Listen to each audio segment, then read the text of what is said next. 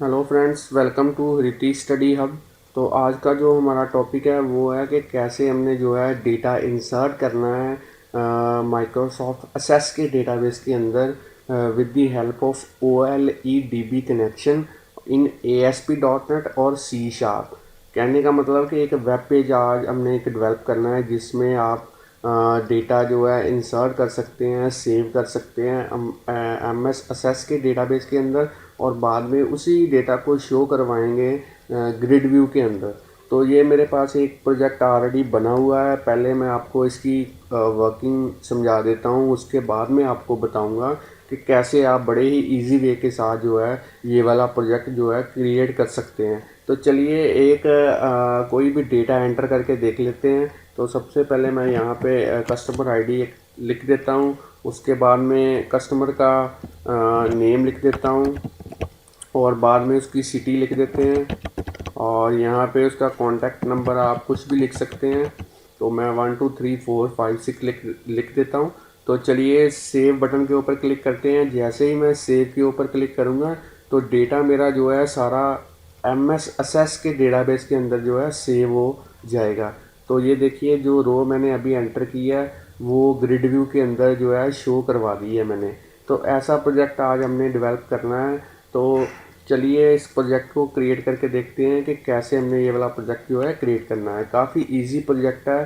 तो इसकी जो कोडिंग है वो सारी मैं आपको वीडियो की डिस्क्रिप्शन में दे दूँगा, वहाँ से आप इसको कॉपी और डाउनलोड कर सकते हैं।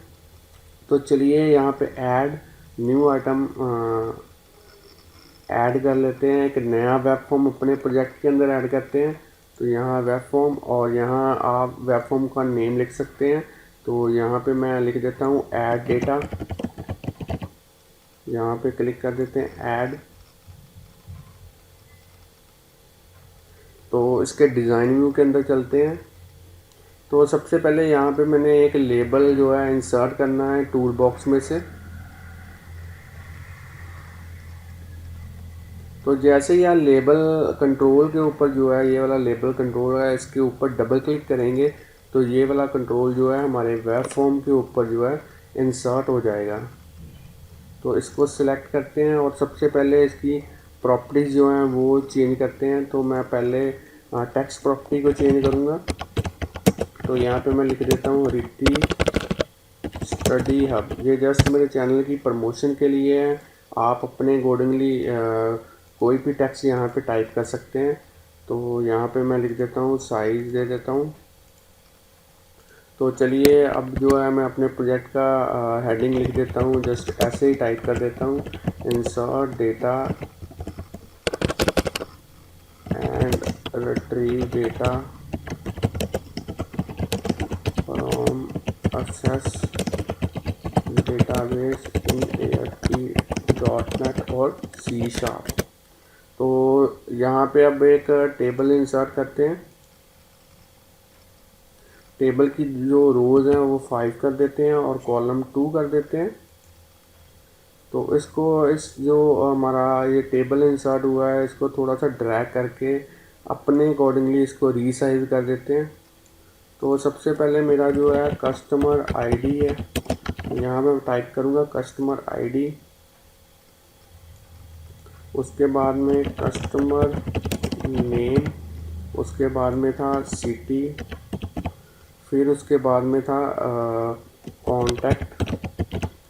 तो अगर आप चाहते हैं इसको अलाइनमेंट करनी तो इसको सिलेक्ट करके यहाँ से आप अलाइन कर सकते हैं। तो मैं राइट जस्टिफाई कर देता हूँ। अब यहाँ पे हमने जो है टेक्स्ट को कैप्चर करने के लिए यहाँ डेटा यूज़र से लेने के लिए टेक्स्ट बॉक्स को यूज़ करना है। तो यहाँ से मैं टेक्स्ट बॉक्स के ऊपर जो कंट्रोल है उसके ऊपर डबल क्लिक करूँगा। तो आप किसी भी कंट्रोल को कॉपी कर सकते हैं। तो यहाँ से अब मैं कॉपी कर लूँगा इसको और यहाँ पे पेस्ट कर दूँगा, यहाँ पे भी पेस्ट कर दूँगा, यहाँ पे भी पेस्ट कर दूँगा। एक ही बात है, अगर आप अलग अलग इंसर्ट करना चाहते हैं अलग अलग कर लें, और अगर आप कॉपी करके करना चाहते हैं तो कॉपी भी कर सकते हैं। तो चलिए यहाँ पे अब बटन के ऊपर क्लिक करते हैं और बटन के ऊपर हम लिख देते हैं सेव, और यहाँ पे क्लिक करेंगे और यहाँ पे लिख देते हैं लेबल। यहाँ पे एक लेबल लेते हैं ताकि डेटा को सेव करने के बाद जो मैसेज हमने डिस्प्ले करना है वो इसमें डिस्प्ले हो सके। तो इसको भी मैं एंटर कर देता हूँ, टेक्स्ट को ब्लैंक कर देता हूँ। तो सबसे पहले मैं इस पूरे टेबल को सिलेक्ट करता हूँ और फिर इसकी प्रॉपर्टीज़ के अंदर जो बीजी कलर है उसको मैं येलो कर देता हूँ, या अपने अकॉर्डिंगली आप कलर चूज़ कर सकते हैं। तो इसका जो बॉर्डर है वो मैं 1 कर देता हूँ। इस 1 से जो ये लाइंस आप देख रहे हैं ये थोड़ी सी थिक हो जाएंगी और देखने में जो हमारा टेबल है वो अच्छा लगेगा। तो चलिए यहाँ पे अब हम अपना ग्रिड व्यू जो है इंसर्ट करते हैं। ग्रिड व्यू कंट्रोल जो ये वाला कंट्रोल है इसके ऊपर डबल क्लिक करके इसको इंसर्ट करते हैं वेब फॉर्म के ऊपर। और यहाँ से ऑटो फॉर्मेट में बने बनाए हमारे पास काफ़ी अच्छे फॉर्मेट्स हैं, तो इनमें से आप कोई भी चूज़ कर सकते हैं। तो मैं ब्राउन शुगर चूज़ कर देता हूँ। ओके, इसको थोड़ा सा इंक्रीज़ कर देते हैं इसका साइज़, और इसका थोड़ा सा साइज़ जो है डिक्रीज़ कर देता हूँ मैं। इस सारे को सिलेक्ट करके इसका थोड़ा सा साइज़,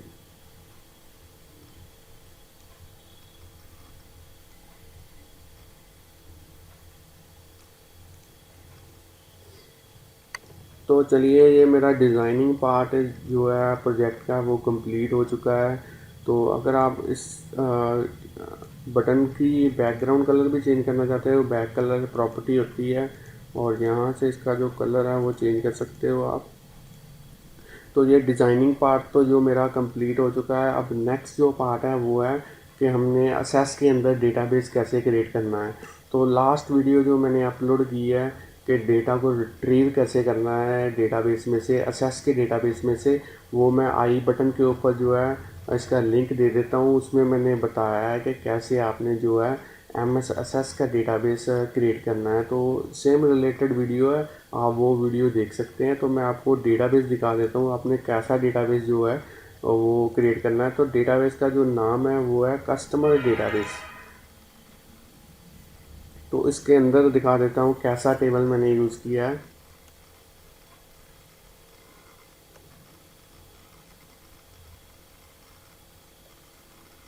तो जो मैंने टेबल का नेम चूज़ किया वो है कस्टमर डिटेल।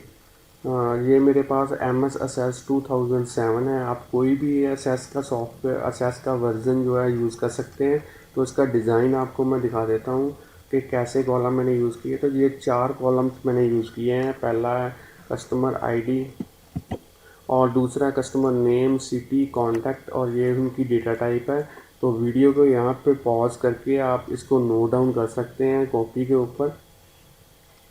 तो चलिए ऐसा डेटाबेस आपने क्रिएट करना है तो मेरी लास्ट वीडियो ज़रूर देख लें, retrieve data from assess database. उसमें मैंने ये डेटाबेस जो है और ये टेबल जो है क्रिएट करना आपको बताया है, तो वो ज़रूर आप वीडियो देख लेना मेरी। तो चलिए इसको मैं क्लोज़ कर देता हूँ। तो अब यही डेटाबेस जो है मैंने ऐप डेटा के अंदर लेके कॉपी करना है। तो यहाँ से आप इस डेटाबेस को जो है ऐसे एग्जिस्टिंग आइटम के थ्रू सेलेक्ट करके ऐड कर सकते हैं। तो यहाँ से वो वाला डेटाबेस जो आप क्रिएट करेंगे उसको सेलेक्ट करके ऐड कर सकते हैं। तो मैंने पहले ही ऐड किया हुआ है वही वाला डेटा, कस्टमर डेटाबेस। तो चलिए अब इसके ऊपर कोडिंग कैसे करनी है। तो सबसे पहले सेव बटन के ऊपर कोडिंग करते हैं। तो इसके ऊपर डबल क्लिक करेंगे। तो इससे कोडिंग करने से पहले आपको यहाँ पे 2 नेम स्पेसेस यूज़ करनी पड़ेगी, सिस्टम डॉट डेटा और उसके बाद में using system dot data dot OLEDB। तो मैं OLEDB कनेक्शन यूज़ कर रहा हूँ, इसके लिए मुझे OLEDB यूज़ करना पड़ेगा। अगर मैं SQL सर्वर के साथ कनेक्टिविटी करवा रहा हूँ तो मुझे SQL क्लाइंट यूज़ करना पड़ेगा। तो सबसे पहले यहाँ पे हमें एक फंक्शन क्रिएट करना पड़ेगा। तो वो हम कैसे क्रिएट करना है वो आपको बता देता हूँ। तो फंक्शन काफ़ी इम्पोर्टेंट है इस प्रोजेक्ट के अंदर। तो मैंने कोडिंग पहले ही कर रखी हुई है और इस कोडिंग को मैं आपकी वीडियो की डिस्क्रिप्शन में दे दूँगा, आप वहाँ से भी इसको कॉपी कर सकते हैं और बड़े इजी वे के साथ जो है इसको मॉडिफाई कर सकते हैं। तो चलिए सबसे पहले इसको कॉपी कर लेते हैं। तो यहाँ पे ये मेरे 2 फंक्शंस ऑलरेडी बने हुए हैं। तो इनके नीचे मैं एक नया बना देता हूँ। तो ये मैंने प्राइवेट लिखा हुआ है इसके अंदर। और बाद में यहाँ पे लिखा है रिट्रीव डेटा। तो ये चार जो है मैंने क्लासेस यूज़ की हैं, वो भी आपको बता देता हूँ। तो इनको अपनी क्लास के बाहर जो है, यहाँ पे फंक्शंस के बाहर जो है डिक्लेयर करना है। यहाँ पेज लोड के ऊपर आपने इसको लिखना है। पहला मैं यूज़ कर रहा हूँ OLEDB कनेक्शन, उसके बाद में OLEDB डेटा अडेप्टर, फिर OLEDB कमांड और डेटा सेट। तो ये चारों ही जो क्लासेस हैं, ये काफ़ी अच्छी फैसिलिटी प्रोवाइड करती हैं असेस के डेटाबेस के रिगार्डिंग। तो आप इंटरनेट से इनकी थ्योरी बड़े ही इजी वे के साथ जो है लर्न कर सकते हैं। तो चलिए, यहाँ पे मैंने रिट्रीव डेटा का एक बना दिया है फंक्शन। तो पहले मैंने OLEDB कनेक्शन के अंदर प्रोवाइडर बताया है, फिर मैंने डेटा सोर्स बताया है कि कौन सा डेटाबेस की कौन सी फाइल है। सर्वर डॉट मैप पाथ काफ़ी अच्छा एक फंक्शन है जिसके थ्रू आप वर्चुअल पाथ प्रोवाइड कर सकते हो। तो जहाँ भी आपका प्रोजेक्ट चाहे C में हो चाहे D में हो, तो automatically server dot map path के थ्रू वो जो है पाथ आपका सिलेक्ट कर लेगा डेटाबेस का। तो सिक्योरिटी मैंने फॉल्स की हुई है, मुझे यूज़र ने पासवर्ड देने की ज़रूरत नहीं है। तो डेटा अडेप्टर में मैंने कमांड यूज़ की है select star from customer detail. फिर मैंने डेटा सेट में जो है डेटा फिल कर दिया है, और फिर ग्रिड व्यू का जो डेटा सोर्स है, वो डेटा सेट में जो भी मेरा डेटा फिल सेव होगा वो डेटा सेट के इक्वल कर देगा, और उसके बाद मैं डेटा बाइंड यूज़ किया है। तो ये वाला जो फंक्शन है, जैसे ही पेज मेरा लोड होगा वहाँ से मैंने कॉल करना है। तो यहाँ पे मैं इसको कॉल करवा देता हूँ पेज लोड के थ्रू, ताकि जैसे ही मेरा पेज ओपन हो तो ये ग्रिड व्यू के अंदर जो पुराना डेटा है वो सारा फिल हो जाए। तो चलिए, इस बटन के ऊपर कैसे कोडिंग करनी है वो कोडिंग भी ऑलरेडी मैंने कर रखी है, काफ़ी इजी कोडिंग है। तो ये वाली कोडिंग जो है आप वीडियो की डिस्क्रिप्शन से जो है ले सकते हैं। तो यहाँ पे आप वीडियो को पॉज करके भी इसको कॉपी के ऊपर नोट डाउन कर सकते हैं। जस्ट मैंने इंसर्ट जो स्टेटमेंट है वो यूज़ की है डेटा को डेटाबेस के अंदर सेव करने के लिए, और फिर मैंने जो एग्जीक्यूट नॉन क्वेरी एक फंक्शन होता है SQL OLEDB कमांड का, तो वो मैंने कॉल किया है। उसके बाद में डेटा को सेव करवाने के लिए मैंने जस्ट लेबल के ऊपर एक मैसेज प्रिंट करवा दिया है, और बाद में लास्ट में मैंने ये ग्रिड व्यू को रिफ़्रेश करने के लिए, ताकि जो डेटा हमने अभी नया इंसर्ट किया है वो हमारे ग्रिड व्यू के अंदर अपडेट हो जाए, तो उसके लिए मैंने फिर से इसको कॉल किया है रिट्रीव डेटा को। तो जैसे ही कॉल करेंगे सारा ग्रिड व्यू हमारा रिफ़्रेश हो जाएगा। तो ये कोडिंग है, बड़ी इजी कोडिंग है। ये नेम स्पेसिस हैं, ये हमने ऑब्जेक्ट डिक्लेयर किए हैं चार, ये मैंने कॉल की है रिट्रीव डेटा को, और यहाँ पे मैंने सेव बटन के ऊपर कोडिंग की है। तो ये कोडिंग सारी मैं आपको प्रोवाइड कर दूँगा, और अगर फिर भी आप वीडियो को पॉज करके कॉपी के ऊपर नोट डाउन करना चाहते हैं तो कर सकते हैं। तो चलिए, हमारा जो प्रोजेक्ट का जो डिज़ाइन पार्ट है और प्रोग्रामिंग वाली जो कोड है वो रेडी है। इसको एक बार रन करके देख लेते हैं।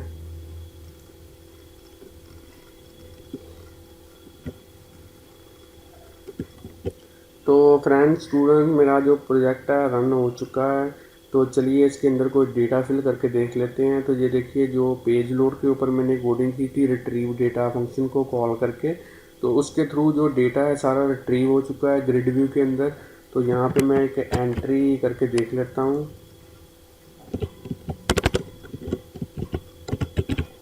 तो यहाँ पे मैं सिटी का नेम लिख देता हूँ, और यहाँ पे कॉन्टैक्ट नंबर लिख देता हूँ। तो चलिए, इसको सेव करके देख लेते हैं। तो ये देखिए, मेरे पास आ चुका है डेटा हैज़ बीन सेव्ड, और जो मेरा ग्रिड है वो भी रिफ़्रेश हो चुका है। तो जो डेटा मैंने यहाँ से एंटर किया है वो मेरे ग्रिड व्यू के अंदर जो है इंसर्ट हो चुका है। तो ऐसे बड़े इजी वे के साथ जो है आप डेटा को इंसर्ट कर सकते हैं अपने असेस डेटाबेस के अंदर ASP.NET के थ्रू। तो ये हमारी कोडिंग थी, बड़ी ही सिंपल सी कोडिंग। तो ऐसे ही वीडियो जो हैं मैं ASP.NET के C# के साथ अपलोड करता रहता हूँ, और अदर प्रोग्रामिंग लैंग्वेजेस के ट्यूटोरियल भी डालूँगा इस चैनल के ऊपर। तो अगर आपको हमारा चैनल अच्छा लगा है तो इस सर्कल के ऊपर क्लिक करके हमारा जो चैनल है सब्सक्राइब कीजिए, और ये अदर वीडियोज़ जो हैं आप देखना मत भूलें। तो thanks friends for watching videos.